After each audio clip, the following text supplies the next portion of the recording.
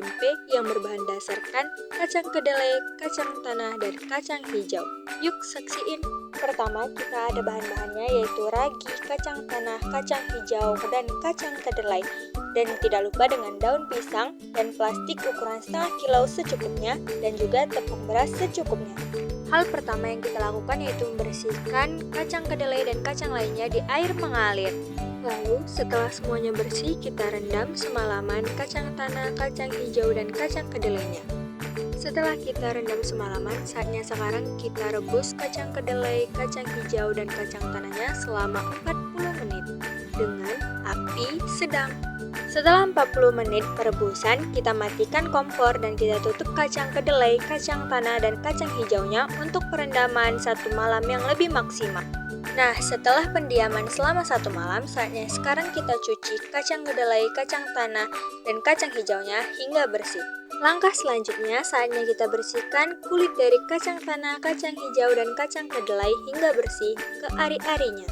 Tahap selanjutnya, setelah semuanya bersih, saatnya kita tiriskan air dari kacang-kacang tersebut supaya lebih maksimal.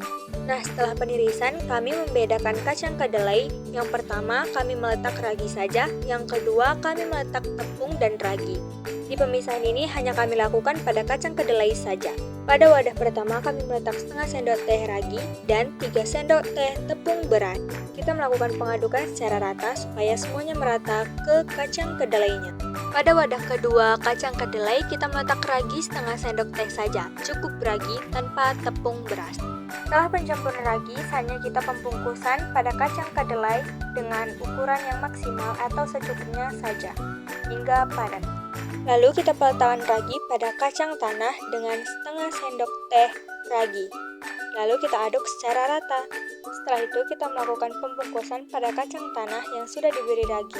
Setelah dilakukan hal yang sama kepada kacang hijau, kacang tanah, dan kacang kedelai dalam peletakan ragi, saatnya sekarang kita memasuki tahap pembungkusan dan memberi lubang ventilasi kepada bungkus kacang-kacang tersebut.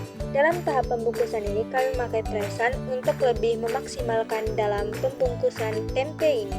Setelah dilakukan hal yang sama kepada kacang hijau dan kacang tanah, saatnya sekarang kita meletakkan bungkus-bungkus kacang ini ke dalam tempat wadah yang untuk menyimpannya lebih maksimal di suhu ruangan.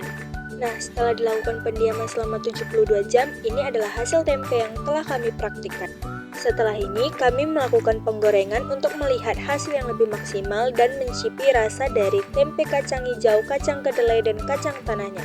Inilah hasil akhir dari praktek tempe kami.